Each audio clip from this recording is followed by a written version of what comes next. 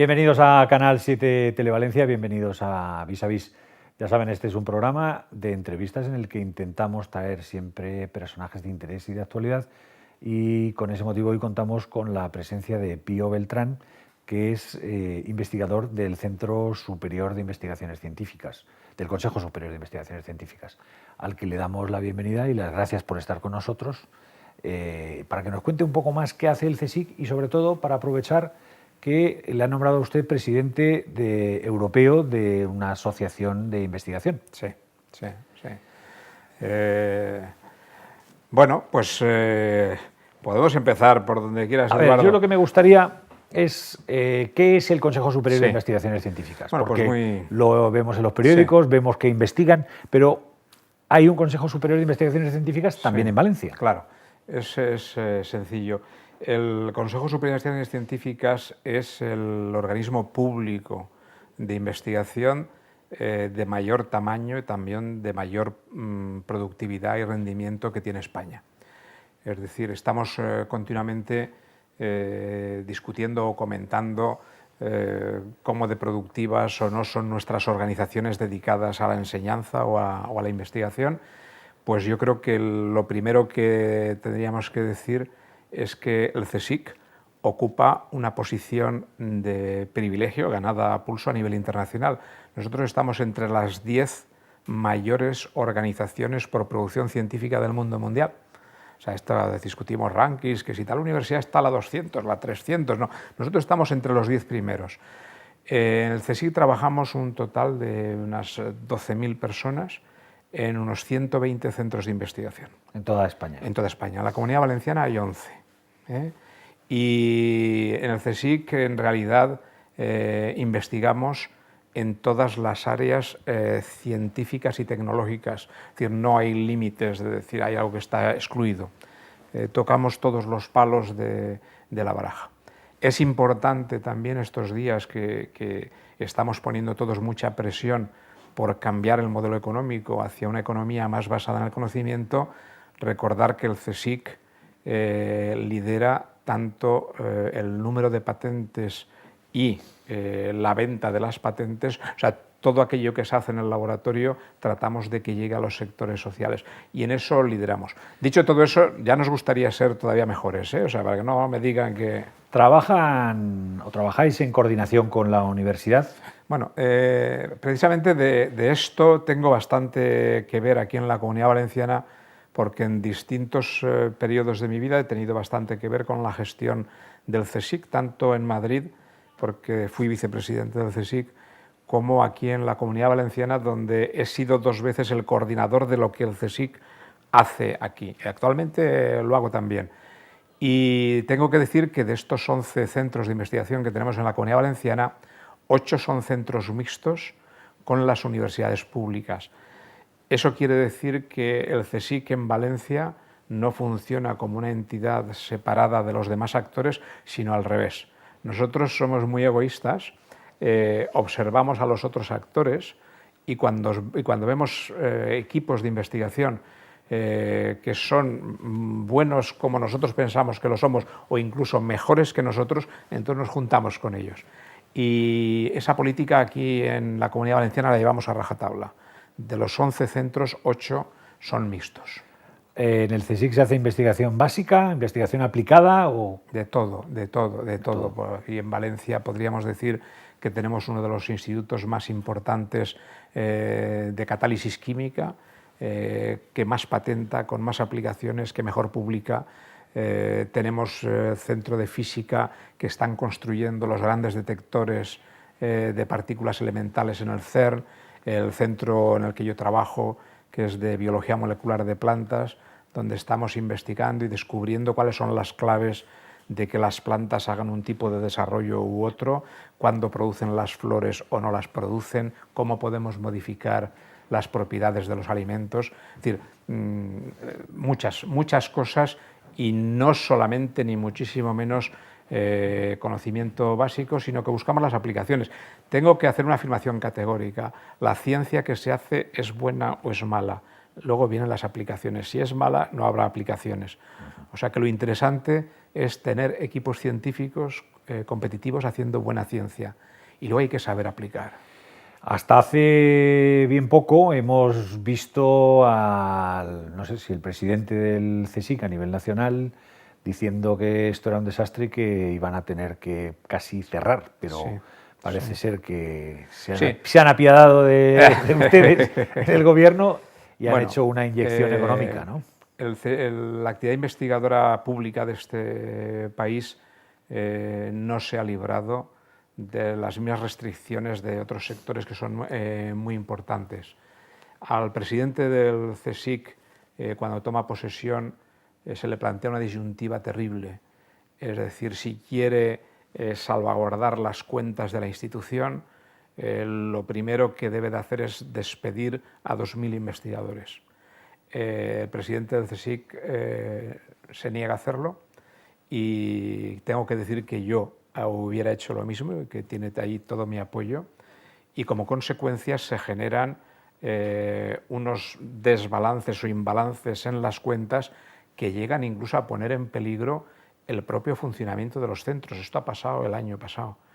Evidentemente, después de ese periodo de reflexión y de debate con el propio gobierno, y dentro de la dificultad que hoy tiene convencer a ministros como el señor Montoro de estas cosas, tengo que decir que esta situación en estos momentos, sin que sea radicalmente distinta, sí que nos lleva a una situación de optimismo en el sentido de que vamos a seguir trabajando bien. Hay un daño que ya es inevitable, que nosotros no despedimos a esos 2.000 investigadores, pero se han ido marchando conforme terminan sus contratos, y nos estamos quedando sin los jóvenes que ya están perfectamente formados, muchos de los cuales vinieron llamados desde España diciéndoles: tenéis un lugar aquí, venid a trabajar porque es importante. Ese es el problema fundamental. He visto que otra de las cuestiones que se va a articular en el CSIC también es la búsqueda de patrocinadores por investigaciones del tipo que sea. Sí. Parece que eso deberían haberlo hecho hace mucho tiempo, ¿no? Sí, lo venimos haciendo. Hay que decir que en España la inversión privada en I+D tiene unas ciertas deficiencias. Con eso quiero decir que, a pesar de que nosotros exigimos mucho al gobierno, el gobierno, tengo que decir que más o menos cumple. No en estos momentos, que nos está defraudando un poco, pero en general la inversión pública en investigación está cumpliendo con lo que se esperaría, no así la privada. La razón fundamental es la propia estructura de los sectores empresariales. Las grandes empresas, que son las que mueven grandes cantidades de dinero y también de beneficios, normalmente tienen matrices internacionales, y es muy difícil que sus centros de investigación los tengan aquí. Aquí tenemos un tejido industrial de pequeñas y medianas empresas que lo tienen muy difícil a la hora de hacer esas inversiones. Con todo, el CSIC hemos llamado a la puerta de varios miles de empresas diciendo, en unas condiciones en las que en estos momentos el gobierno nos deja reponer tan solo a 1 de cada 10 investigadores que se jubilan, lo cual es una sangría tremenda. Esto es insoportable, y entonces no hemos tenido más remedio, y lo hacemos muy gustosos, que pedir auxilio a las empresas privadas diciendo: mire usted, hagamos un pacto, ya que no estamos haciendo oferta de empleo público para incorporar al CSIC más investigadores del sector público, y esto va disminuyendo, pongan ustedes dinero, e incluso para poder contratar investigadores de alto nivel, y además encima aceptamos si ustedes sugieran en qué les gustaría que esos investigadores de élite investigaran. Con eso tratamos de mitigar algo la situación, y tengo que decir que la respuesta que la estamos presentando estos días ha sido mucho mejor de lo que cabría esperar. Hay muchos empresarios que están apostando porque esto sea así. O sea que puedo decir, sin echar las campanas al vuelo, que vamos a poder incorporar investigadores de alta calidad, no como funcionarios, pero sí con contratos indefinidos. ¿A qué crees que es debido que la investigación en las empresas productivas españolas no llegue a funcionar? Bueno, ha habido una distancia tradicional durante décadas entre los sectores de la academia y los sectores empresariales. Si uno analiza, por una parte, el perfil profesional de los profesores y de los investigadores, normalmente sujetos a una alta cualificación y a una especialización tremenda, y ahora uno hace lo mismo con los directivos y los dueños de las empresas, claramente en las últimas décadas lo que se observa es un desfase muy grande en cuanto a formación y en cuanto a enfoque. Pero puede que hace 20 años, ahora no tanto, ¿no? Está cambiando, pero todavía no. Lo que nos diferencia mucho más es que mientras que el investigador suele trabajar, porque la ciencia es así y el progreso del conocimiento es así, a medio y largo plazo y necesita un trabajo sostenido en el tiempo, el empresario a final de mes tiene que pagar los salarios y tiene que hacer la declaración de impuestos y tiene que... Es decir, los tiempos son distintos. Aquellas empresas que, como decía al principio, tienen más músculo y recorrido en el tiempo y la inteligencia de darse cuenta que ese conocimiento al final es la base de una economía nueva, sí lo están haciendo. Los pequeños que al final de mes las ven y las desean para poder pagar los sueldos y tener abierto, es muy difícil que lo puedan hacer. No, te venía a preguntar esto fundamentalmente por un motivo. Aquí está el CSIC, están las universidades investigando y después están los institutos tecnológicos. ¿No hay un posible solapamiento entre esos tres tipos de instituciones? Bueno, en el caso del CSIC y las universidades ya lo he explicado, que estamos muy cogidos de la mano, somos muy complementarios. En el CSIC no se entiende un investigador que no investigue. En la universidad sí hay profesores que están más en el campo de la enseñanza y menos en el de la investigación. La historia de los centros tecnológicos es muy interesante, la pregunta es algo diferente e incide bastante en algo que en Valencia creo que no hemos hecho bien a lo largo del tiempo. O sea, cuando aquí dedicamos, ahora hablo de la confluencia de los recursos privados y de los públicos para innovar en las empresas. Aquí en la Comunidad Valenciana, tradicionalmente, por las razones que sean, se han canalizado unas acciones a través de las distintas consejerías de industria, es decir, que son las que de alguna manera han hecho posible el desarrollo de los institutos tecnológicos, algunos excelentes, tenemos institutos tecnológicos de altísima calidad, pero eso ha funcionado como un compartimento estanco respecto de la otra parte gubernamental que tiene que atender a lo que es la academia, donde por ejemplo estarían las universidades o el CSIC. Y eso no ha habido manera de cruzar el charco. Estamos en estos momentos insistiendo todos los actores en que esto se ha acabado, en que es absolutamente necesario poner en las mismas mesas a empresarios, a investigadores de los institutos tecnológicos, investigadores de la universidad, del CSIC y de otras instituciones. Tienen que estar todos juntos y tenemos que buscar entre todos las soluciones para que los sectores empresariales puedan ser más productivos. Incluso buscar las fórmulas, porque aquí, y es nuestra obligación también, tenemos que ser capaces de conseguir que los sectores tradicionales sigan siendo competitivos. Pero muchas veces nos olvidamos de que también tenemos que dejar emerger nuevos sectores. La gente se asombraría, aquí en Valencia, si alguien dice, ¿qué es lo más valenciano? Pues lo más valenciano del mundo es la Virgen de los Desamparados, las Fallas y los naranjos. Pues bien, por ejemplo, no, hace 250 años aquí no había un naranjo.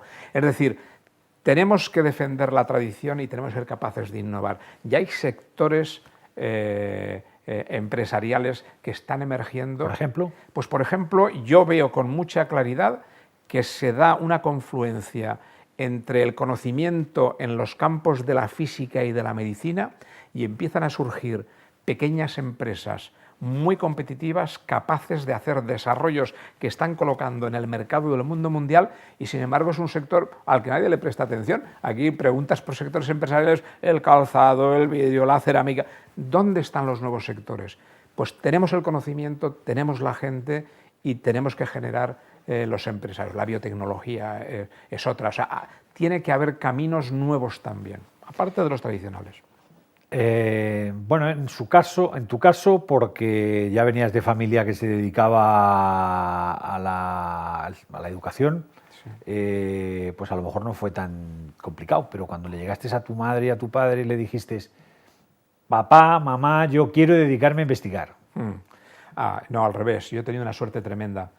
Yo soy gran deudor no solamente biológico, sino intelectual de mi padre.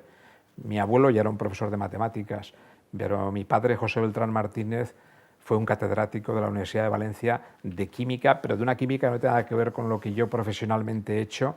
Y, por ejemplo... O sea, que eso es una cuestión genética, lo de los no, Píos Beltrán... Es cultural. O sea, por ejemplo, lo diré muy brevemente. Yo hago la tesis doctoral en Valencia y he conseguido una beca para irme a especializar a Estados Unidos.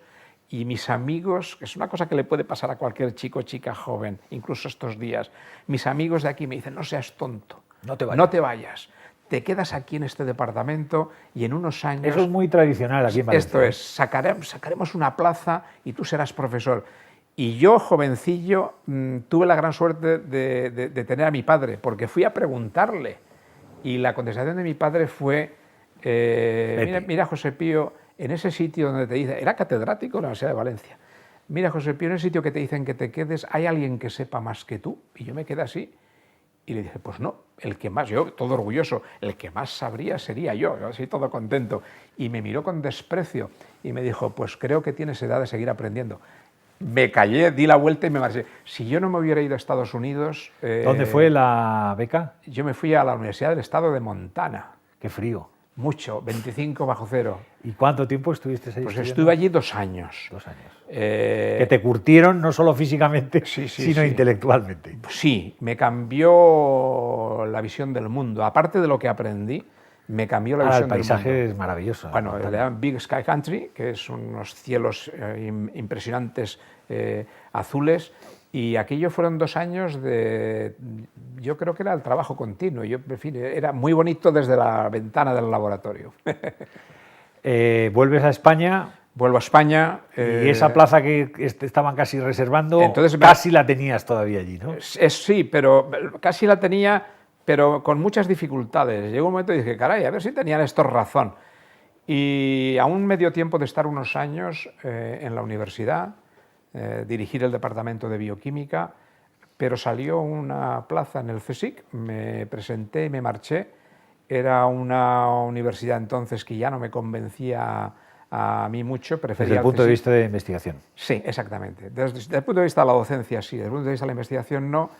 Me marché al CSIC y ya hice un camino en el CSIC que luego interrumpí también para irme otra vez a trabajar a Alemania. Estuve trabajando años en un instituto Max Planck en Colonia. En Colonia. Y que es donde me especialicé en genética molecular de plantas, donde aprendí a hacer la genética reversa, y cuando volví al final terminé montando un instituto de investigación en la Politécnica. O sea, soy profesor en excedencia de la Universidad de Valencia, me paga el CSIC y trabajo para la Politécnica. O sea, pagué un poco el... Pues eso a lo mejor es lo que debería ser, ¿no? Eso es lo que debe de ser. Ser muy de tu institución y muy abierto también a buscar las sinergias. Me decías que estás investigando en transgénicos. Sí. Explícanos un poco para que todo el mundo entienda en qué consiste esa investigación. Mi vida profesional estudiando las plantas y cómo son las plantas y cómo se desarrollan ha corrido pareja al desarrollo de las maneras de hacerlo. He hecho fisiología, bioquímica, en Alemania aprendí la genética molecular y lo que se llama la genética reversa. Y lo voy a decir, es muy sencillo. Una vez que en los laboratorios aprendemos a aislar en un tubo de ensayo el material genético, ya tenemos el ADN allí, y todo el mundo sabe que el ADN es responsable de las propiedades que luego tienen los seres vivos. Bueno, pues primero aprendemos a esto, a aislar el ADN, y cuando ya lo tenemos aislado, resulta que el gran avance es que aprendemos a tomar ese ADN, a introducirlo en un ser vivo y observar qué pasa. Así como al principio lo que hacíamos era comparar los ADNs, por ejemplo, de 2 personas. Nosotros somos los 2 humanos, pero somos distintos. Y uno podría tratar de buscar en qué cosas nos diferenciamos en base a genes que se expresan en ti y no en mí, o viceversa. Y eso era la genética que hacía buscar desde los genes a cómo somos por comparación. Ahora la genética la hacemos al revés. Tenemos los genes en el laboratorio, los introducimos en un ser vivo, vemos qué pasa y aprendemos biología porque ya sabemos el gen para qué sirve, y una vez que sabemos para qué sirve, buscamos la aplicación. O sea que lo que nosotros hacemos ahora, por ejemplo, en mi campo, fíjate, ¿cuál sería el sueño de un agricultor? Que está cultivando plantas y puede querer utilizar las hojas como un forraje, o las flores y los frutos, producir semillas, y eso depende del programa genético de la planta y de las condiciones ambientales. El sueño del agricultor sería florece y que aquello floreciera, o no florezcas nunca, porque lo que quiero es utilizar las hojas y los tallos. Bueno, pues eso la genética reversa hoy permite hacerlo. Somos capaces de hacer estas cosas. Tenemos en el laboratorio aislados los genes que permiten que una planta deje de producir hojas y tallos y haga flores, o que esas flores sean del color que queramos, que los frutos incorporen las propiedades que queramos, y es porque tenemos esa capacidad de ir desde las moléculas a las características. ¿Por qué hay tanto temor a la alimentación transgénica en algunos países? Una pregunta muy buena, sobre todo en la Unión Europea. Pues es un cúmulo de cuestiones. Tradicionalmente el tipo de argumentos que se han utilizado aquí en la Unión Europea, se empezó diciendo que esos nuevos alimentos podrían representar riesgos para la salud. Pues han pasado 20 años, hay quien dice que es poco, que hay que esperar más. No hay un solo caso de daño para la salud causado por un transgénico. Se continuó diciendo que podrían suponer esas nuevas plantas riesgos medioambientales. Tampoco ha sucedido. Y yo creo que el argumento de verdad, el fuerte, el que tiene peso y el que está en el fondo de los debates, lo que pasa es que no se quiere decir con toda claridad, es que estas tecnologías, que son muy poderosas, se han acumulado en manos de unas pocas empresas multinacionales. Y entonces hay quien dice, ojo, cuidado, que aquí lo que pasa es que estamos favoreciendo la acumulación de los recursos fitogenéticos y su manejo en manos de multinacionales. Bueno, pero eso es tan sencillo como decir las cosas con claridad y no buscar argumentos de segunda, además no ciertos, que confunden a la gente. En la Unión Europea, en tanto en cuanto estemos satisfechos con la alimentación y tengamos suficientes alimentos y no nos apriete la soga en el cuello, va a ser difícil que la opinión del público en general sea a favor. Sin embargo, año tras año vemos que a lo ancho y largo del mundo aumentan las superficies y las producciones de los cultivos transgénicos. El riesgo está en que en la Unión Europea, si dejáramos de trabajar en estas aplicaciones y de proteger nuestros resultados, una vez más quedaríamos a los pies de los que sí que están corriendo, porque están corriendo como gamos en todo el mundo. Pero aquí sabemos hacer las cosas. O sea, que estamos un poco contra la legislación, no nos ayuda en ese aspecto. Bueno, yo lo que diría es que, bueno, hoy por hoy no es la legislación, o sea, son los reguladores los que están poniendo muchas dificultades, de una manera muy hipócriita, ahora diré, están poniendo muchas dificultades a que se cultiven más transgénicos en la Unión Europea. Pero, por ejemplo, toda la cabaña, toda la ganadería de la Unión Europea depende de la importación de proteína de plantas transgénicas, de soja y de maíz transgénico. Y eso sí se permite importar. Cuando nosotros comemos un filete, es un filete de una ternera que se ha alimentado con transgénicos. Y eso no se prohíbe y no se impide porque si no arruinaríamos toda la producción de carne europea. El que se os ha adelantado en ese tipo de transgénico es Ferran Adrià, que hace tomates con sabor diferente a tomates, o ensalada de tomate, que no parece una ensalada de tomate. Sí. Tendremos la oportunidad en pocos años de ver tomates del tamaño que uno quiera, melones cuadrados, o cosas que hasta ahora no pensábamos que iban a suceder. No, por ejemplo, no. Yo creo que las plantas del futuro van a ser plantas muy parecidas a las actuales, pero con las propiedades muy mejoradas. Por ejemplo, estos días estamos viendo cómo un equipo inglés, además con el cual nosotros colaboramos, es una cosa muy interesante, ha producido unos tomates, pues has dicho tomate, pues unos tomates que son morados, intensamente morados por fuera y por dentro, porque producen una cantidad muy grande de antocianinas, que son sustancias antioxidantes.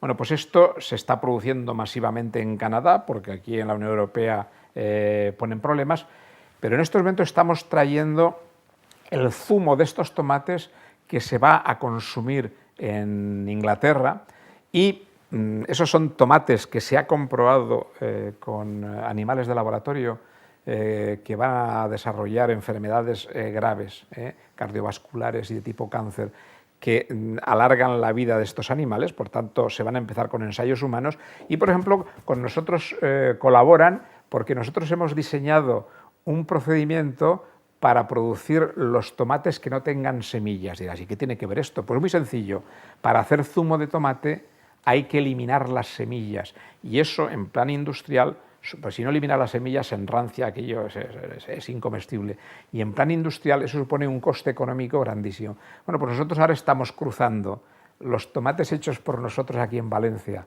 que se producen sin semillas, con los tomates que han hecho los ingleses, que acumulan antocianinas, y la idea es desarrollar esos tomates muy ricos en antocianinas que no haya que filtrar para hacer el zumo.